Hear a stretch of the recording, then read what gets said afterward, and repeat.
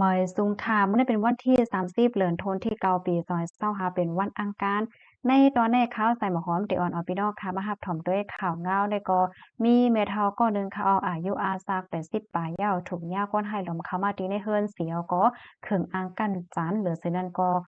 ป้อทุบเฮ็ดให้ถึงตีแม่เฒ่าในซัมปอลืมโตกว่าว่าไหนค่ะมื้อวันที่29เดือนธันวาคมที่9ปี2025มื้อว่าในค่ะเนาะข่าวยามวัยวัน3โมงปลายค่ะตั้งฝ่ายภูมิพลพ่อนเขาในก็ไล่รับตึงลาดว่ามีแม่เฒ่าก็นึงอายุอาซักมี84ปีในค่ะเนาะถูกยาก้นหลอมเข้ามาตีในเฮือนเหี่ยวก็เฮ็ดให้จ้อมโตจ้อมคิงเฮ็ดจังไหนค่ะไหว้เสภูมิพลพ่อนเขาไล่รับตึงลาดยาวในก็ไล่คลิปเนี่ยเสลงปืนตีกว่ากอทัดด้วยกำเหลวในค่ะก็ได้มีเจ้าหน้าที่หลายปาหลายฝ่ายนั้นค่ะเนาะที่อันได้ลงปืนตีกว่านั้นเพราะว่ากว่าถึงยาวในเฮือนแม่เฒ่าในก็เป็นเฮือนใหม่1จั้นมีไว้อยู่ที่หิมของนำฮองเฮ็ดจังไหนคะก็เลยกว่าครบทบหันแม่เฒ่ามีไว้อยู่ดีในเฮือนนั่นค่ะแม่เฒ่าก็อายุใหญ่นั้นขนาดเนาะ84ปีแล้วนะคะด้วยจ้อมโตจ้อมคิงเนี่ยก็มีรอยบาดเจ็บหลายตีหลายต้านค่ะนะเหมือนจังหนังเตนิ้วมือว่าก็โคว่าจ้อมหน้าอกว่าแล้วก็จ้อมคอมือจ้อมหลังหูหูเนี่ยหลังหูเฮ็ดไหนค่ะนะ ตั้งฝ่ายผู้มีปนพรเขานี่ก็เลยเอาตัวเมทัลเสส่งกว่าที่โรงยาอันมีหิมจำนั่นให้ไหนเขากำในผู้สื่อข่าวเขาเนี่ยก็เลยต้องถามแม่เฒ่าค่ะเนาะแม่เฒ่าเนี่ยก็รัดในว่าแม่เฒ่าเมื่อพวกนั้นในแม่เฒ่าอยู่ห้างก้อยก็เหลียวในค่ะเนาะก็บ่ฮู้ว่าเป็นย้อนเปิดสังจึงหืออยู่ๆก็ก็เข้ามาหาแม่เฒ่าเสียก็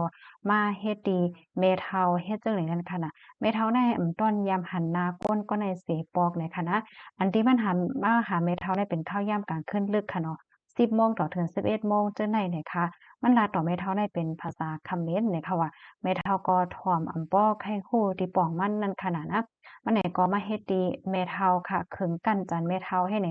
ก้อยกะว่าจังแลกั้นจานตั้นแลกั้นจานเฮ็ดจังไหนคณะสิแล้วมันไหนก็มานอนข้างๆหิ้มจำแม่เฒ่าให้ไหนค่ะเผื่อว่าฮอดถึงมาเตียงขึ้นจ่ายตีหนึ่งในนะแม่เฒ่าเนี่ยก็เลือกให้มันกว่าค่ะเนาะอย่าไปมาอยู่ที่เฮือนแม่เฒ่าอย่าไปมานอนที่ใน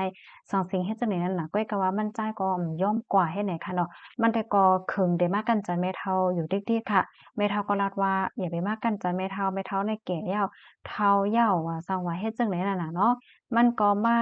ยิบๆกำๆจ้อมเนื้อจ้อมหนังแม่เฒ่าเหี่ยก็รัดว่าแม่เฒ่าในเนิ่นดังนี่ก็ยังตึกแก่นแข็งอยู่ลุ้นในสังสิงโลเฮ็ดได้น่ะนะ มันใจในรัฐความไทยใกล้กับว่าเสียงมันเนี่ยมันเกินเหมือนเสียงเขมรเหมือนคนเขมรรัฐความไทยเฮ็ดจังไหนคะ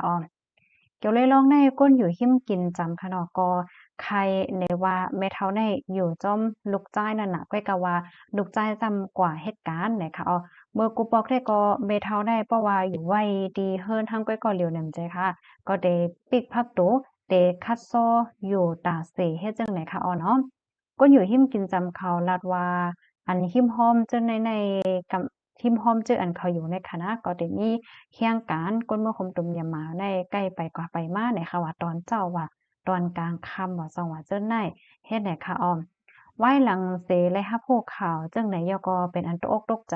ได้แต่ว่าวาเฮ็ดจังไหนคะนะมานั่งก็กวางอยู่นั่นค่ะน่ะเนาะอันแม่เฒ่าลาดนั่นเฮ็ดไหนคะเนาะมังปอกเนี่ยมันเป็นแม่เฒ่านอนฝันหาว่ามีคนเขมรมาเฮ็ดดีว่าซังว่าเฮ็ดจังไหน ก็กะว่าสังว่าแม่เฒ่านอนฝันไหนถ้ามีห้อยหมาเจ็บจ้อมเนื้อจ้อมตัวอยู่รู้ว่าเฮ็ดให้นั่นขนาดเนาะ ค่ะเห็นแล้วเขาก็วนว่ามันก็มีโกนอันหลอมเข้ามาตีในเฮือนเห็นก็มาเฮ็ดให้แม่เฒ่าแลมาขึงกั้นจันแม่เฒ่าแต่เฮ็ดไหนคะมื้อเดียวได้โกนที่อันมาเฮ็ดที่แม่เฒ่าได้ได้แต่เป็นไผลเป็นก้นสังจื้อฮ้องว่าเหออายุกะเหอได้ก็อยู่ที่ภูมิปนพรเขาในเตหาข้อมูลมันเหี่ยวก็เตเอาโตมาคับเครื่องกับจำหนังปักเปิงหมายมีวันเบิ่งมีนั่นว่าหนังใดค่ะข้อมูลตอนแรกค่ะเลยเป็นมาที่ห้องการข่าวอเมรินออกไว้เฮ็ดไหนค่ะ ข่าวโคได้ก็แต่เลยว่าเป็นข่าวเงาอันก้นเมืองอ่อนกันปักตาไปตัวอยู่พองยามมื้อเหลียวในเฮ็ดจังได๋คะเนาะค่ะเอียนบ่ว่าแม่เฒ่าในอายุก็บ่ใหญ่แล้วนั่นค่ะเนาะซ้ำมาเฮ็ดให้แม่เฒ่าเฮ็ดจังได๋คะเฮาค่ะก็ไปด้วยกว่าค่ะเนาะว่าคนที่เฮ็ดให้แม่เฒ่าได้เป็นไผได้แต่เฮ็ดให้นั่นค่ะเนาะแม่เฒ่าได้ก็ว่าเป็นคนเขมรก้อยก็ว่าก้นหวานหิ้มหอมสำหรับว่าหิ้มหอมนั่นน่ะมีก้นเมืองห่มตุ่มยามมาก็มาหำว่าเฮ็ดจังไหนได้ค่ะค่ะอันใดๆก็ ข่าวง่าโหนในค่ะนะค่ะหันถึงว่ามันเลยตอนสอนค่ะเนาะตอนดาบปทไม่แก่ที่อันอยู่เฮือนห้างก้อยก็เหลียวแล้วจังไหนก็ให้ฟังอยู่ฟังเกณฑ์ค่ะนะบ่เดี๋ยวได้โกนในมันมีจดมีเจค่ะเนาะมันก็ดีโคดีกากในค่ะนะบางอันปทไม่แก่เฮาค่ะหรือไรฟังบ่เหลียวในค่ะนะข้าวใส่หมอหอมได้แค่ย้อนไปในอีกนึงค่ะเนาะข้อที่1ค่ะเนาะสอนจังหนังว่าปทไม่แก่เฮาค่ะอยู่ไว้ดีเฮือนให้แหนมใจค่ะบางปอบางไรในมันเต็มมีก้นบางปอก็เต็มมี2เกาะบางปอก็3-4เกาะให้ไหนเขาก็ได้ขี่ก้าเสียก็เข้ามาในหมู่บ้าน เพราะว่าเขามาที่ในหมู่บ้านเนี่ยปุ๊บเนี่ยเพราะว่าเขาหันปอทอไม่เก่งอยู่กัน2เกาะอำนั้นก็แม่เฒ่าอยู่ห้างก้อยก็เหลียวห้าเลยจังไหนได้เขาได้เฮ็ดแกงข้าวมาอบค่ะเนาะข้าวมาอบแล้วก็เขาได้หม้อราดหน้าค่ะดอกเมื่อแต่มันได้เขาก็ได้ราดก่อนราดมาราดใต้ราดเหนือกูสำ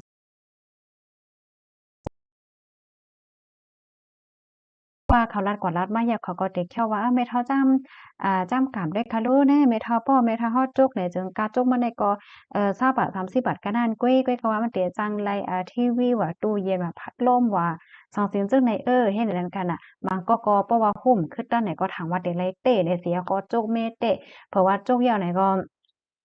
เพราะว่าไรทีวีว่าไรอันเตาอบอะสังว่าให้ไหนเขาก็ได้ลาดว่ากาคันมาใน 2เฮง4เฮง5เฮงให้ไหนเดี๋ยวไล่ปานเอาค่ะน่ะกำในเพราะว่าอ้าวปานอะไรก็ไล่จกแล้วลูกตั้งแต่ไล่ปานมีก็ได้เลขกว่าหาไม้มาปานเนี่ยเขาได้หลอกเงินให้ไหนค่ะนะจังถูกในก็แต่จังเฮ็ดให้ปทไม่แก่เฮาค่ะตกเป็นเหยื่อก้นเจ้าในป้าเนี่ยเขากำนั้นก็เลยให้เลยสติค่ะเนาะข้อที่1เนี่ยกำในที่2ที่2ใน3เนี่ยมันจะมีก้นสั่งเข้ามาหาค่ะเนาะเพราะว่าเฮาค่ะฮู้จักมึดกื้อเนี่ยได้มันก็เป็นหังค่ะเนาะเพราะว่า เป็นก้นแปลกหน้าเฮาค่ะย้ำฮู้จักมืดกื้อไหนบ่เป็นไรแน่เฮาหลงไหลอึดพักตูไว้กำเหลียวเนี่ยค่ะเนาะอย่าปันเปิ้นเข้ามาติในแว้งเนี่ยค่ะมาเจ้าเนี่ยเขาซ้ำแต่เอาตื้อตั้งเหมือนหนังว่ามาขายยามันหนังว่ายาคบๆคืนๆเขาได้หมดอะในคันเอาบ่เฒ่าแม่แก่เนี่ยเปิ้นไล่จากอีสานเนี่ยค่ะนะยาก้นๆคืนๆอันนี้เป็นยาแอวเจ็บแอวโหกเข่าขึ้นโหกเข่าคัดยาก้นๆคืนๆเข้าแท้เนี่ยมาหลอกขายอะนะยาหยาป้อยอก็มาก็นั่น เอาค่ำเอาโคของอันมีกาคันจังได๋มาแล่นขายจังไหนป้ามันก็ในมื้อเหลียวในค่ำกาน่ำใจเขาก็สิให้แจ้งว่าค่ะเขาได้ครบทดลองกันเนี่ยเผอจังนั้นจังไหนเขาเอามื้อเหลียวได้หลงเงินแรงนะว่าแน่ต่อแต่ว่ามีค่ำอยู่ว่า2วัดค่ะอ้ออันคล้ายๆป้อๆเป๊ะๆเหี่ยวว่าหลงแลเอาเงินได้กว่าจะจ่ายจังนั้นจังไหนแหน่แล้วก็มาแล่นขายนั่นค่ะนะป้อหุ้มตั้นขึ้นได้ก็ถามว่าเป็นค่ำเต้เหี่ยวก็เฮาเลยสั่งถูกกว่าให้แหน่สั่งถูกเขาจังเอาค่ำจุบในขณะค่ำจุบอัน ตั้งเนาะมันได้ด้วยเหมือนคำแตะก็เนี่ยว่าตั้งได้มันใจคำให้มันเรียนขายปันให้ไหนก็จังมีเนี่ยค่ะเนาะและมันยามนี่ค่ะออกกำนันแลค่าเฮาเนี่ยก็ให้ย้อนปันฟังถึงปทไม่แก่เฮาขาโกติกูตั้งค่ะเนาะบ่เป็นไรแน่สังว่าเฮาใครอยู่เฮิรนทางก้อยก็เลี้ยวค่ะเนาะกลางคืนเส็มว่ากลางวันเส็มว่าพักตูแว้งเฮาค่ะในอึดไว้ตาเสคัดซ้อมันไว้เพราะว่ามีคนมาหาเฮาเป็นเฮาฮู้จักเป็นพี่น้องเฮาเนี่ยเฮาจังก้อยเปิดปันเนี่ยค่ะเนาะ และเพราะว่าปอเฒ่าไม่แก่เฮาค่ะนอนวันกลางวันจังได๋ก็เหมือนกันค่ะให้ลอกผักตูคัดซอตัดเสค่ะเนาะกาปานมื้อเดียวแน่มันเหมือนมื้อกูปอกได้ป่นมาเหย้าเนี่ยค่ะเนาะอันนี้ก็ไม่ใจถึงกูก็ค่ะพี่น้องค่ะก็ไหลไผไม่อกไม่ใจถึงไผก็แค่นรอใจกันสืบปืนแพ่แชร์ก่อนใส่กำค่ะเนาะไก่เพ่ให้ได้จองไว้เพ่ไว้ก่อนน่ะค่ะยินจะปกติรับถอนปันแห้งค่ะอ้อมื้อสงค่ะ